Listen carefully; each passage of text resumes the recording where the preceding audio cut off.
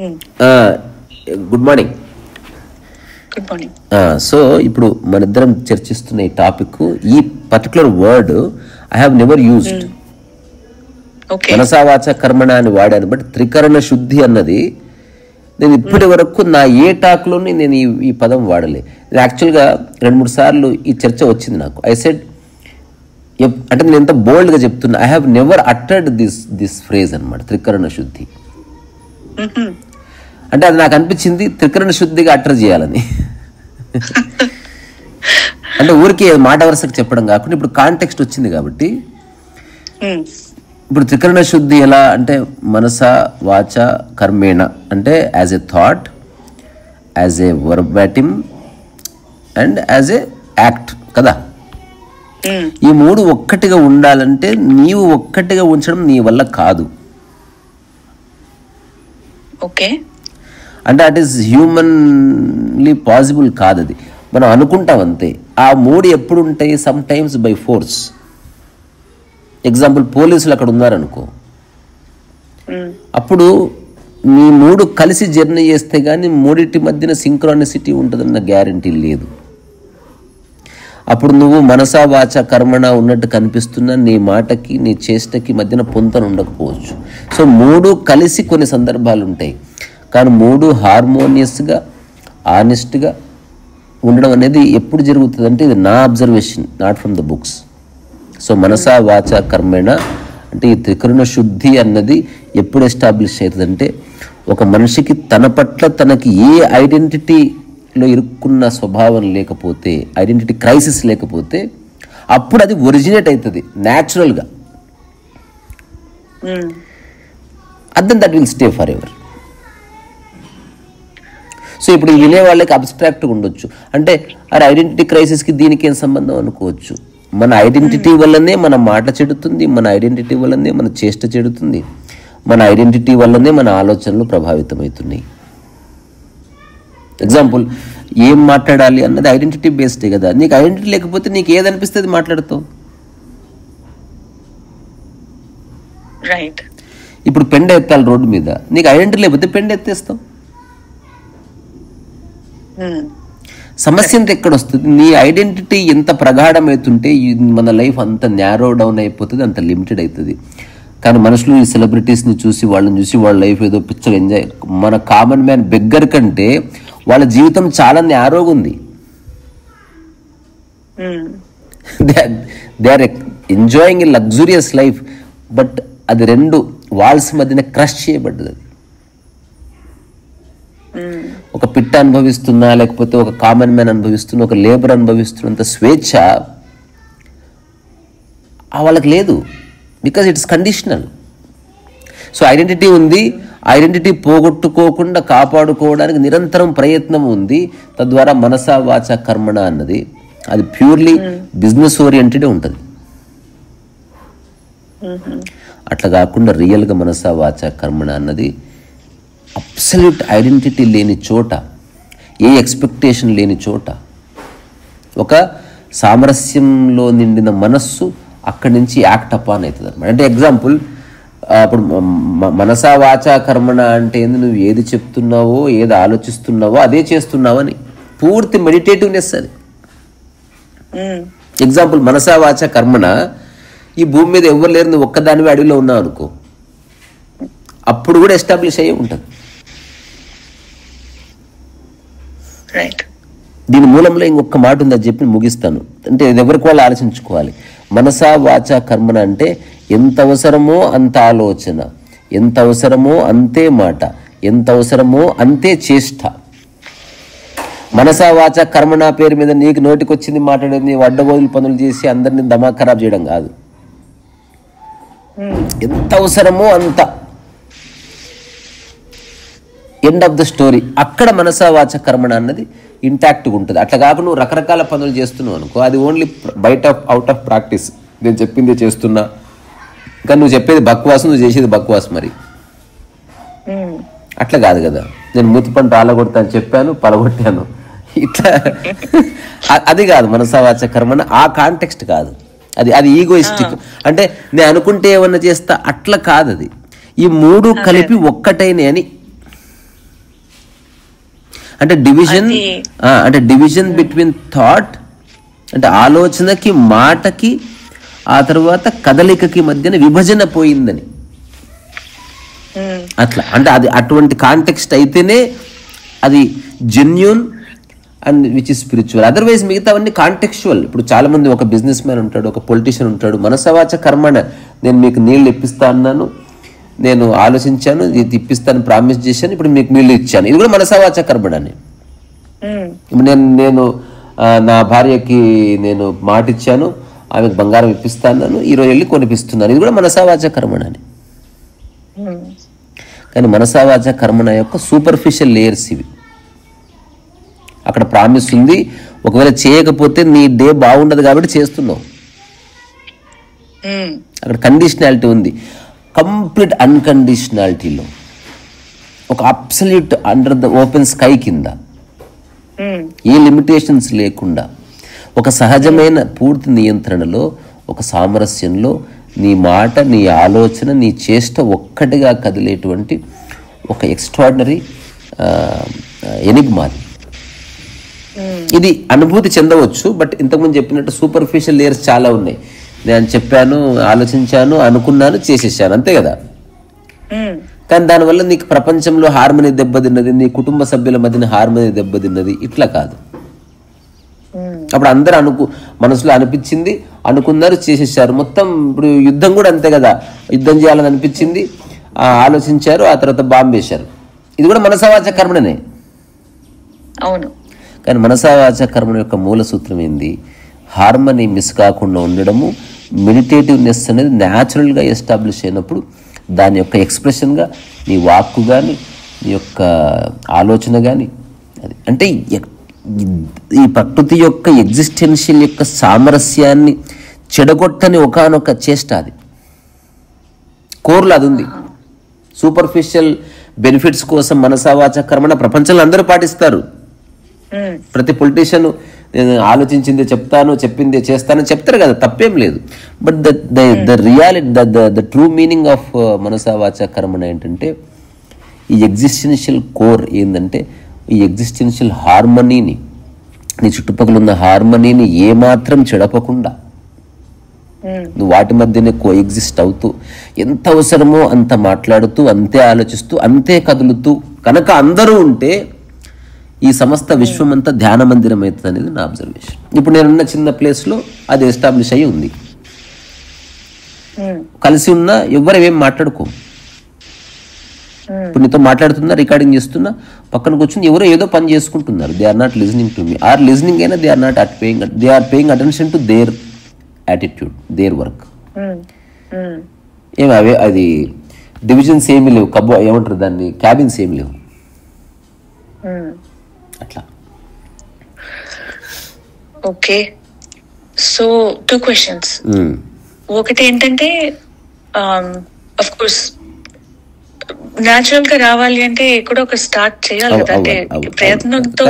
Correct. అందుకే ఇది ప్రయత్నం ఎట్లా అంటే, ఎవరికన్నా ఏదైనా చెప్పే కంటే ముందు నీవు చేయగలవా లేదా ఆలోచించిన తర్వాతనే చెప్పు. ఇప్పుడు ఆలోచన మొదట వస్తుంది, తర్వాత మాట వస్తుంది, అవును కదా. కరెక్ట్. కానీ మెనీ టైమ్స్ ప్రామిస్ ఏమైతే ఫస్ట్ మాట వస్తే తర్వాత ఆలోచిస్తుంది.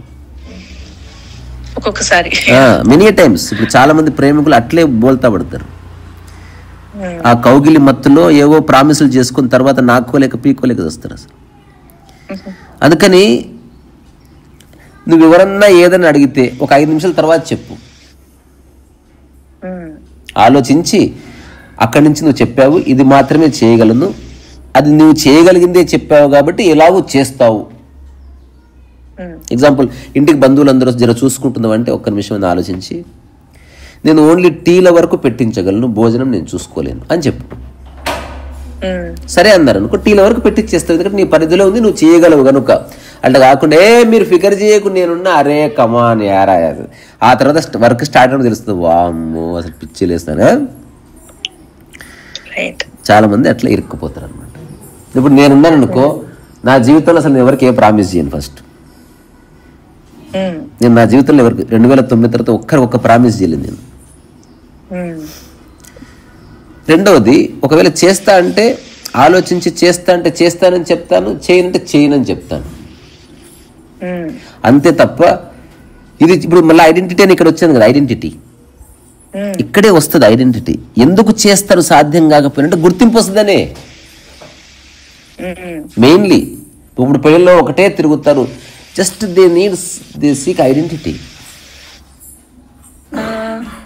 మేబీ అన్ని అలా అవ్వేమో, అంటే కోర్లో అదే ఉంటుంది, లేదా అన్కాన్షియస్నెస్ ఉంటుంది. I'm not saying every one works for identity, but తెలియక ప్రామిస్ చేస్తారు, దాన్ని ఫుల్ఫిల్ చేసుకోలేక చాలా సఫర్ అవుతారు. దాంతో గొడవలు వస్తాయి. అప్పుడు ఏదో అన్నం పోయి నువ్వు మాస్టర్ మాట జారు నువ్వు అయితే ఏందంటే అని అనవసరంగా మాట్లాడుకుంటారు. అట్లా ఫ్రెండ్షిప్స్ చెడిపోతాయి, మానవ సంబంధాలు దెబ్బతింటాయి, నీ డే టు డే లైఫ్లో ఒక చిన్న డిస్హార్మనీ వస్తుంది. ఇదంతా ఎందుకు? Why not necessary. ఇంకొకటి అన్నారు మీరు, ఎంత చేయాలో తెలియాలి, ఎంత మాట్లాడాలో తెలియాలి అని. అలా ఎలా తెలుస్తుంది ఎంత చేయాలో తెలియాలి? తెలుస్తుంది. ఎప్పుడు టీ చేశారా? చేశాను, చాలా చేశాను. టీ ఎంత నీళ్లు పెడితే అంత షుగర్ వేస్తారు కదా, అట్లా తెలుస్తుంది. ఎట్లా తెలిసింది అది? ఒక 2 సార్లు 3 సార్లు 5 సార్లు చేసిన తర్వాత మీకు ఒక పద్ధతి అర్థమైంది మానసికంగా. అట్లా ఏ వ్యక్తితో మీరు ఎక్కువ మాట్లాడాలంటే ఏ వ్యక్తి మీ మాటలను పట్టించుకోడో, ఇది ఫస్ట్ ప్రిన్సిపల్. వాడితో ఎంతసేపు మాట్లాడుకోపో. కరెక్ట్. నెక్స్ట్, నీ ఎదురుగున్న వ్యక్తి మాట పట్టింపు ఉన్నవాడా, ఒక్కటే మాట మాట్లాడు, ప్లెజెంట్గా మౌనంగా ఉండంతే. Listen, be a listener, don't speak. ఇది వ్యక్తిని బట్టి తెలుస్తుంది. ఇప్పుడు నేను అనుకోండి, నాతో 100 గంటలు మాట్లాడినా మీరు చెప్పిన ఒక్కటి కూడా నేను వేరే వాళ్ళతో చెప్పాను, నేను కూడా పట్టించుకోను. కరెక్ట్, తెలుసు అది, నాకు తెలుసు. అందుకని అట్లాంటి వాళ్ళు మన స్నేహితులైతే అదృష్టం. ఎందుకంటే మళ్ళీ మోయడాలు, దాన్ని బేస్ చేసుకుని ఎక్స్ప్లాయిట్ చేయడాలు, మ్యానిపులేషన్స్ ఉండవు. అట్లా కాకుండా కొందరు ఏంది, ఇప్పుడు అన్నది మొత్తం వింటారు, కానీ ఒక 1 year తర్వాత ఆ రోజు అట్లా అన్నావు నన్ను, ఆ రోజు నేను ఏం అనలే, నాకు కోపం వచ్చిందని తర్వాత తీస్తారు. అందుకని వ్యక్తికి వ్యవస్థ మారుతుంది. అందుకే ఎరుకగా ఉండాలి. ఏ వ్యక్తికి మనం అన్కాన్షియస్ ప్రామిసులు చేయొద్దు, ఒక బౌండరీ దాటి ముందుకు వెళ్ళకూడదు ఎప్పుడు. ఇప్పుడు నేను ఒక చిన్న సూత్రం పాటిస్తాను, ఎవరైనా పాటిస్తే అద్భుతం జరుగుతుంది. ట్రై చేయొచ్చు. ఫ్రెండ్షిప్ అసలు ఎవాల్వ్ కాకూడదు. అంటే నువ్వు ఫస్ట్ డే కలిస్తే ఎంత ఫ్రెండ్షిప్ ఉందో, ఏ విధంగా మాట్లాడుతున్నావో 100th డే సేమ్ అలాగే మాట్లాడు. 100వ రోజు కదని ఏం ఫస్ట్ సార్ బాగున్నారా మీరు, ఇది ఫస్ట్ డే. సెకండ్ రోజు 2 సార్లు రండి. 10వ రోజు ఏం రా కాకా. 20వ రోజు అరే బాగా స్టార్ట్ అయింది అనుకో, అయితే 100 రోజు కొట్టుకుంటారు లిటరల్లీ. సో అసలు ఫ్రెండ్షిప్ ఎవాల్వ్ అవ్వద్దు. బిహేవియర్ ప్యాటర్న్లో ఏ డెవలప్మెంట్ ఉండొద్దు. ఆల్వేస్ ఫస్ట్ మీటింగ్లోనే ఫిక్స్ చేయి. నెక్స్ట్ ఇది నువ్వు వాళ్ళకి చెప్పకది, నువ్వు అంతే మెయింటైన్ చేయి ఫ్రెండ్షిప్. అప్పుడు ఏమవుతుంది, నువ్వు ఆశ్చర్యపోతావు, వాళ్ళు కూడా అంతే మెయింటైన్ చేస్తారు. ఒకవేళ ఆ టైంలో నువ్వు చెప్పు, అరే తురే అనకు, మన ఇద్దరం ఫ్రెండ్స్, రెస్పెక్ట్ ఇచ్చుకుందాం, సరేనా? ఎవరైనా ఒప్పుకుంటారు, హంబుల్గా చెప్తారు ప్రతి ఒక్కరు. ఇది నా అనుభవంగా చెప్తున్నాను. నువ్వు కోప్పడి హార్ష్గా దురుసుగా చెప్తే కోప్పడతారేమో, కానీ నువ్వు పక్కకు పిలిచి ఒక్క మాట ఏమనుకోవద్దు, నాకు ఎవరన్నా కొంచెం ఇట్లా అరే అంటే నాకు కొంచెం నచ్చదు, అదొక్కటి ప్లీజ్. అంటే నేను నీకు రెస్పెక్ట్ ఇస్తుంది, నాకు రెస్పెక్ట్ ఇవ్వు ప్లీజ్. మన ఇద్దరి మధ్యన ఒక 3 feet గ్యాప్ ఎప్పుడు ఉంచుకుందాం. ఇంతే. ఇది మా తర్వాత నేను అనిపిస్తుంది నీకు నువ్వు అడిగావు అనుకో, నాకు సాధ్యమైతే చేస్తాను. అలాగే నాకేదైనా కావలసి నేను అడుగుతాను ఓపెన్గా, నీకు సాధ్యమైతే చేద్దు. ఏదేమైనా మన స్నేహం వీటి వల్ల చెడకూడదు ప్లీజ్. అట్లాగే నీకేమన్నా నా వల్ల ఇబ్బంది ఉంటే చెప్పు. ఫస్ట్ 2 నిమిషాలు ఈ ఒక్క మాట మాట్లాడుకుంటే అసలు భవిష్యత్తులో గొడవలు ఉండవు. కానీ పిచ్చోళ్ళు ఏందేందో మాట్లాడుకొని గొడవపడి మళ్ళీ గొడవల ఒకరినొకరు బ్లేమ్ చేసుకుంటారు. ఫౌండేషన్ స్టోన్లోనే ప్రాబ్లం ఉందని గుర్తించారనమాట. ఎనీవే, సో అది వ్యక్తికి మారుతుంది. అంతవరకు ఇప్పుడు మీరు అన్నారు కదా ఎంత మాట్లాడాలి అంటే ఖచ్చితంగా తెలుస్తుంది. మీరు ఊరికి అట్లా అడుగుతున్నారు, కానీ 100% తెలుస్తుంది ప్రతి వ్యక్తికి ఎంత మాట్లాడాలి. ఇప్పుడు షాప్కి వెళ్తారు, ఇప్పుడు బిల్లింగ్ కౌంటర్ దగ్గర ఉంటారు, ఎప్పుడన్నా గంట సేపు సుత్తేసారు వాళ్ళతో, అక్కడ మాట్లాడతారు కదా ఎంత ఎక్కడ కట్టాలి, కార్డ్ ఓకేనా, ఓకే థ్యాంక్ యూ, కవర్కి ఎక్స్ట్రా మనీ అని ఇవ్వండి, ఇంతే. ఇప్పుడు ఇది ఎక్కువ మాట్లాడాలి తెలుసా, కవర్ అంటే కవర్ దేంతో తయారు చేస్తారు, అసలు ఎంత బాగున్నాయి కలర్స్ సార్, మీ డ్రెస్ ఎక్కడ, ఇదంతా అనవసరం మాటలు ఇవి. సో మనకు తెలుసు ఎంత మాట్లాడాలో, మనం ఊరికి అట్లా అంటున్నామని నా feeling. Every one knows how much they should speak, how much they should work, how much they should ఇది ఒక్కటి తెలియకపోవచ్చు. ఎంత ఆలోచించాలో తెలియదేమో కానీ ఎంత మాట్లాడాలో చాలా అందరికి తెలుసు. కానీ మాట జాగ్రత్త, టైం పాస్ కాక, సొంతంగా పని దొరికించుకోక, జీవితం యొక్క మూలం చిక్కక, సో మెనీ ఆస్పెక్ట్స్ ఉన్నాయి. అది వ్యక్తి వ్యక్తికి మారుతుంది, అది క్లియర్. అది ఓకే. ఇప్పుడు మన ఎగ్జాంపుల్ ఈ రికార్డింగ్ లో మనం పావు గంట మాట్లాడాం, మనం ఇంకో 50 నెంబర్స్ మాట్లాడినా పర్వాలేదు, నేనే చెప్తున్నా. అంటే ఎందుకు మన ఇద్దరం మాట్లాడడంలో పర్సనల్ విషయాలు లేవు. We are talking about the essence of life. Neither I'm scolding nor you are scolding me. నేను నిన్ను పిన్ పాయింట్ చేయట్లే, మీరు నన్ను పిన్ పాయింట్ చేయట్లే. ఇట్లా మాట్లాడుకుంటే ఎంతసేపు మాట్లాడుకోవచ్చు. అంటే ఎక్కడ పర్సనల్ విషయం రాకుండా, ఎక్కడ ఒక వ్యక్తిని హర్ట్ చేయకుండా అలా మాట్లాడచ్చు. ఆర్ట్ ఉంది, అదొక ఆర్ట్. అది సైకిలే 10 సార్లు తొక్కితేనే వస్తుంది. మరి కమ్యూనికేషన్ స్కిల్స్ అయినా, మానవ సంబంధాలైనా ఒక 100 సారికి అర్థమవుతుంది కదా. మనం అసలు ట్రై చేయము, బట్ వచ్చేయాలనుకుంటాం. ఇంకా అది thank you so much. So అదే మన old questions. I don't know if you are still recording or recording. ఊరికే మీరు వద్దంటే తీసేస్తాలే. యా, అదే నిన్న అడిగిన క్వశ్చన్స్ బేసిక్ నెసెసిటీస్ కి దానికి ఆన్సర్ ఆల్రెడీ మీకు తెలిసి అడుగుతున్నారు.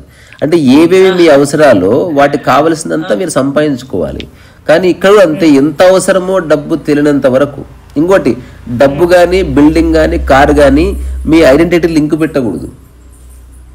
అవన్నీ అవసరాలు మాత్రం. ఇప్పుడు బెంజ్ కార్ కొని గర్వంగా ఫీల్ అయ్యారనుకో, ఇప్పుడు బెంజ్ కార్ని మీ ఐడెంటిటీకి ఒక మాధ్యమంగా వాడుకుంటున్నారు, అవునా? ఎగ్జాంపుల్గా. అట్లా కాకుండా బెంజ్ కార్ కానీ, లారీ కానీ, it is just medium for transportation, అంతే కదా.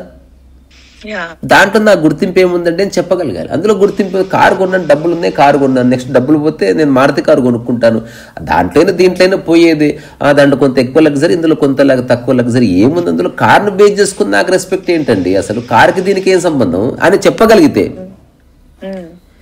అసలు మైండ్ క్లియర్ అయిపోతుంది. ఎదుటి వ్యక్తి వస్తువుని చూసి రెస్పెక్ట్ ఇచ్చాడు అనుకో, వాడు అసలు నన్ను చూడడమే లేదు కదా.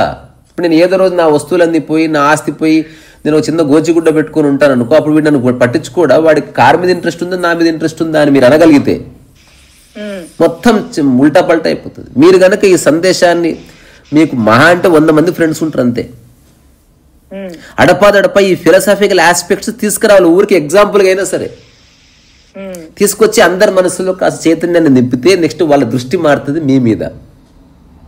మీరు ఎలాగ అది ఫాలో అవుతారు. కాబట్టి ఓవరాల్గా హ్యూమన్ రిలేషన్షిప్స్ చాలా రిఫైన్ అవుతా అనేది నేను నా అనుభవంగా చెప్తున్నాను. అంటే ఇప్పుడు నేను చెప్పేది ఏది ఫిలాసఫీ కాదు. ఇప్పుడు నా హ్యూమన్ రిలేషన్షిప్స్ నేను అందరితో ఉంటున్నా. అందరూ గొప్పవాళ్ళు కాదు, ఫిలాసఫర్స్ కాదు, కోటీశ్వర్లు కాదు, అందరూ సాదాసీదా మనుషులే. But I can happily say that నా హ్యూమన్ రిలేషన్స్ చాలా చైతన్యవంతమైనవి. అందులో ఏ న్యూసెన్స్ ఉండదు, నాన్ సెన్స్ ఉండదు, అనవసరమైన మాట ఉండదు, అల్లరి ఉంటుంది, ఆటపాటలు అన్నీ ఉంటాయి. బట్ ఒకరి టెరిటరీలోకి ఒకటి అనవసరంగా చొరబడ్డం ఉండదు. అట్లా అదే అంటే అఫ్ కోర్స్ మనం డిఫరెంట్ గా ఉంటాము. ఎవ్రీబడి అలా అందరూ ఒకటిలాగా ఉండరు, తప్పకుండా డిఫరెన్సెస్ చూస్తారు. కానీ ఒకటి ఇలా ఉంటే ఎవరో తేడా అంటారు. ఉన్నట్టు కూడా తెలియదు మీకు. మీరు ఎప్పుడైతే స్పష్టత, ఇప్పుడు ఎదుటి వ్యక్తి అంతెందుకు మీకు వచ్చింది ఎగ్జాంపుల్ చెప్తా. ఇప్పుడు మా ఇంటికి ఒక కప్పులు వచ్చారు, వాళ్ళకి చిన్న పాప ఉంది. నన్ను చూడగానే ఆ పాప ఏడుస్తుంది, because of my beard or something.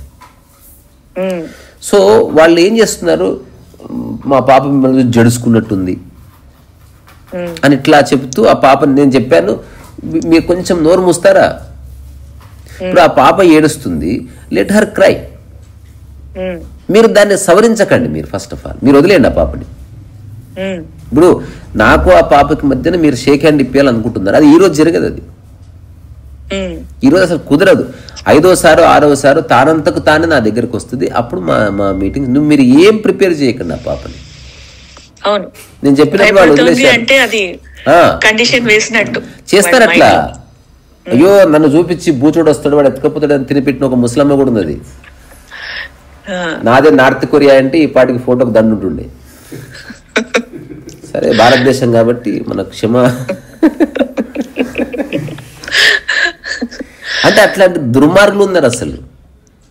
అగో వస్తే ఎత్తుకుపోతాడు బూచుడు అని పెడుతుంది. వాడు నన్ను చూస్తే అసలు పోసుకుంటున్నాడు కింద. నాకు అర్థం కాలి ఎందుకు ఇంత ప్యానిక్ అయిపోయి మూలకు నక్కుతున్నాడు. ఏందబ్బా రీజన్ అంటే చూశాను నేను అన్న ఏమమ్మా 70 ఏళ్ళు వచ్చినాయి, బుద్ధి ఉందా నీకు? వాడు అన్నం తినడానికి నన్నెందుకు వీళ్ళని చేస్తేవి నువ్వు? అది కూడా చాలా దరిద్రంగా మాట్లాడింది నా గురించి. నిజంగా అంత దరిద్రంగా లేను నేను, ఉన్నది చెప్పినా బాగుండు. సరే ఆ తర్వాత నేను ఆ పెళ్లిలో జరిగింది ఊరికి కాంటెక్స్ట్ లేకుండా చెప్తున్నా. నేను ఆ తర్వాత అట్లీస్ట్ ఒక 15-20 టైమ్స్ నేను వాడికి దూరంగా కూర్చొని మాట్లాడాను. మీ నాన్నమ్మ అట్లా చెప్పింది కాబట్టి నీకు భయం వేస్తుంది, నేను సాదాసీదా మనిషిని, చూడు నన్ను వేరే వాళ్ళు ముట్టుకుంటారు, వాళ్ళకి ఏమైతలేదు కదా. వాడు ఒక 10వ సారికో 15వ సారికో అక్కడి నుంచి ఇట్లా అంటున్నాడు. అంటే నిన్ను ముట్టుకుంటే ఏం కాదా నాకు అని అడుగుతున్నాడు. ఏమీ కాదు, నువ్వు దూరం నుంచి ఊరికే నీ వేలుతో నా వేలుని టచ్ చేయి, మళ్ళీ తర్వాత రేపు ముట్టుకుందాం కానీ, సరేనా? ఇంకో నేను కళ్ళు మూసుకుంటాను, నేను అటువైపు తిరుగుతాను, ఓన్లీ నా వేలు ముట్టుకుని పో అంటే నేను దాదాపు ఒక 1/2 గంట సేపు నా చెయ్యి ఎక్స్టెండ్ చేసి పెడితే వాడప్పుడు నమ్మకం కుదిరి అట్లా ముట్టుకొని అట్లా మూలకు నతికాడు. ఆ నెక్స్ట్ డే వాడు నేను ఆడుకుంటున్నాం హాయిగా. అంటే ఇప్పుడు ఆ ముసలామె క్రియేట్ చేసిన న్యూసెన్స్ కి నాకు 15 గంటలు పట్టింది వాడితో. ఇప్పుడు నేనంటే నాకు కన్సర్న్ ఉంది వాడి మైండ్ మీద ఒక చెడు మచ్చ పడకూడదని, అందుకని నేను మిగతా వాళ్ళు వదిలేస్తారు కదా. అట్లా ఎన్నెన్నో అబద్ధపు ధారణలతో మనిషి బతికి చచ్చిపోతాడు. సో మనం ఇక్కడ ఉన్నది హార్మనీని ఎంజాయ్ చేయడానికి.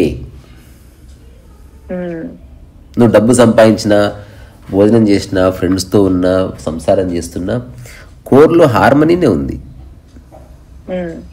అది పోయిందా లైఫ్లో something is wrong, something gone wrong. రెండవది, మనిషి చేయడానికి 2 రీజన్స్ ఉన్నాయి. ఏం చేసినా గుర్తింపు కోసం చేస్తున్నాడా, తనకు ఇష్టము గనక చేస్తున్నాడా. గుర్తింపు కోసం చేసావా తప్పక బాధ తప్పదు. ఇష్టము గనక చేసావా వాడిని శంకరగిరి మాన్యాల్లో వేసినా వాడు హాయిగా ఇష్టంగా బతికేస్తాడు. చిన్న వైలిన్ వాయించుకుందామా? తప్పకుండా. నీకేమైనా సంగీత పరిజ్ఞానం ఉందా? రాగాలు గీయాలట్లా ఉంది. చెప్పేదన్నా రాగం? రాగం ప్రస్తుతం నేను బిలహరి నేర్చుకుంటున్నాను.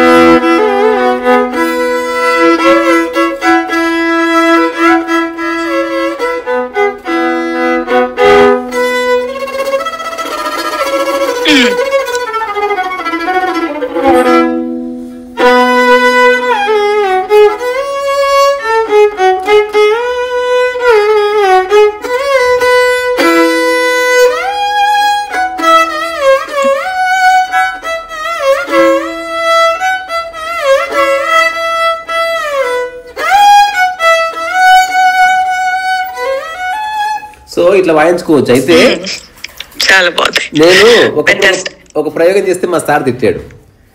ఏంటి? ఇదే దాన్ని రకరకాల రాగాల్లో వాయిస్తుంది. ఇక్కడ ఎగ్జాంపుల్ చెప్తా చూడు. దీన్నే భైరవి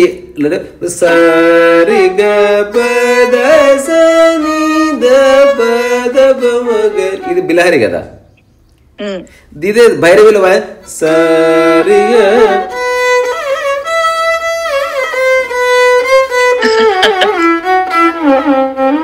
ఇట్లా వాయిస్తుంది. తోడి అనుకో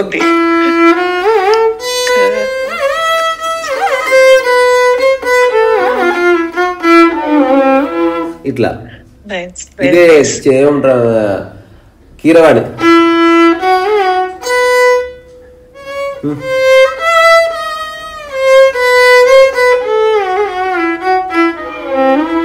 ఇది కీరవాణి అట్లా.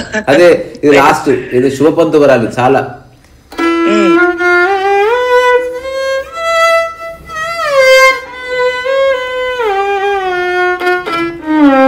చూడు ఎంత వెరైటీగా మారిపోయింది. చాలా బాగుంది. రే ఇది వారి పిచ్చి ప్రయోగాలు చేయకన్నాడు. కానీ తర్వాత ఆయన పిలిచి మాట చెప్పాడు, ఇన్స్టిట్యూట్ లో చేయకన్నాడు.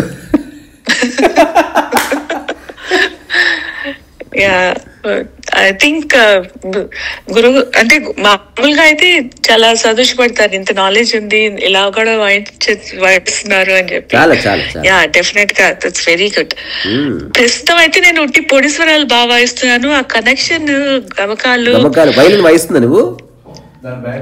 నేను ఎప్పుడు చెప్పాను కదా, నేను మర్చిపోయాను. నువ్వు ఒకసారి నాకు ఒక పని చెయ్యి, నువ్వు నాకు వీడియో కాల్ చేస్తే నీకు గమకానికి సంబంధించిన ఒక రహస్యం చెప్తా నీకు. ఒక్కటే అదొక్కటి పట్టుకో, వర్బల్ గా చెప్పు నాకు, నువ్వు వాయించొద్దు. వాట్ డిడ్ యూ అండర్స్టాండ్ నాకు వర్బల్ గా చెప్పినావు అనుకో, వర్బల్ గా నీకు రైట్ గా అర్థమైతే నెక్స్ట్ ఒక 1 month లోపల అన్ని రాగాల గమకాలకు లాజిక్లు తెలుస్తాయి ఒక్కటే రోజు. ఇప్పుడు ఎగ్జాంపుల్ నాకైతే ఒక 6 months పట్టిన తర్వాత నేను ఒకరికి 2-3 చెప్తే ఒక 3-4 hours లో దే మాస్టర్డ్ ఇట్. సింద లాజిక్ చూడు. గమకం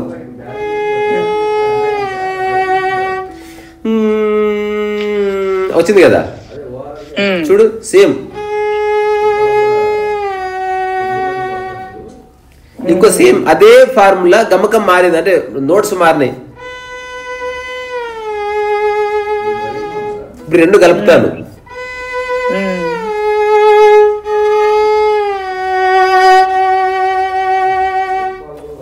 ఇప్పుడు దానికి ఇంకొక నోట్ యాడ్ చేస్తున్నా.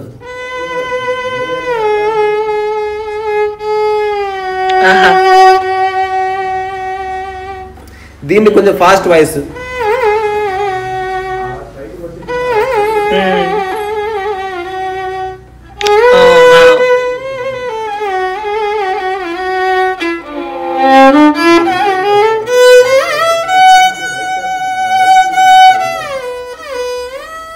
ఇప్పుడు అంతా కలిపితే ఒక అందం వచ్చిందా లేదా?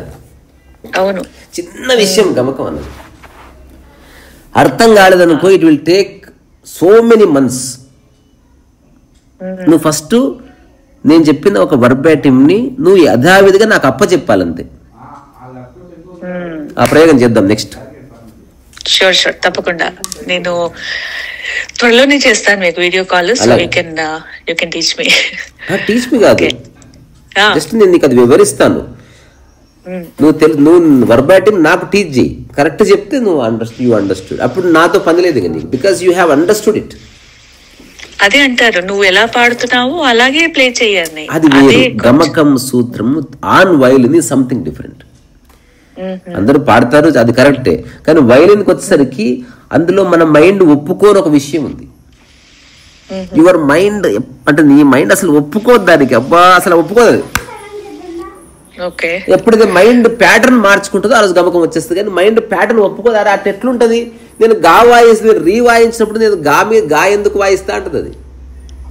ఇప్పుడు ఉదాహరణకి నేను రీవాయించాలి, గమకం ప్రాణి వాళ్ళు ఏమంటారు అంటాడు వాడు, కానీ గమకం ఎట్లా గానే ఉంది సగం రీలో, అది నీకు అర్థం పట్టుకునే వరకు దమాక్ ఖరాబ్ అవుతుంది.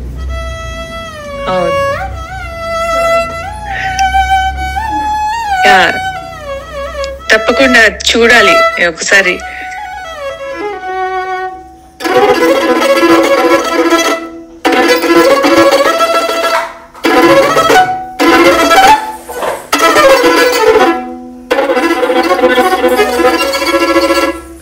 మస్తు ఎంజాయ్ చేయొచ్చు వైలిన్.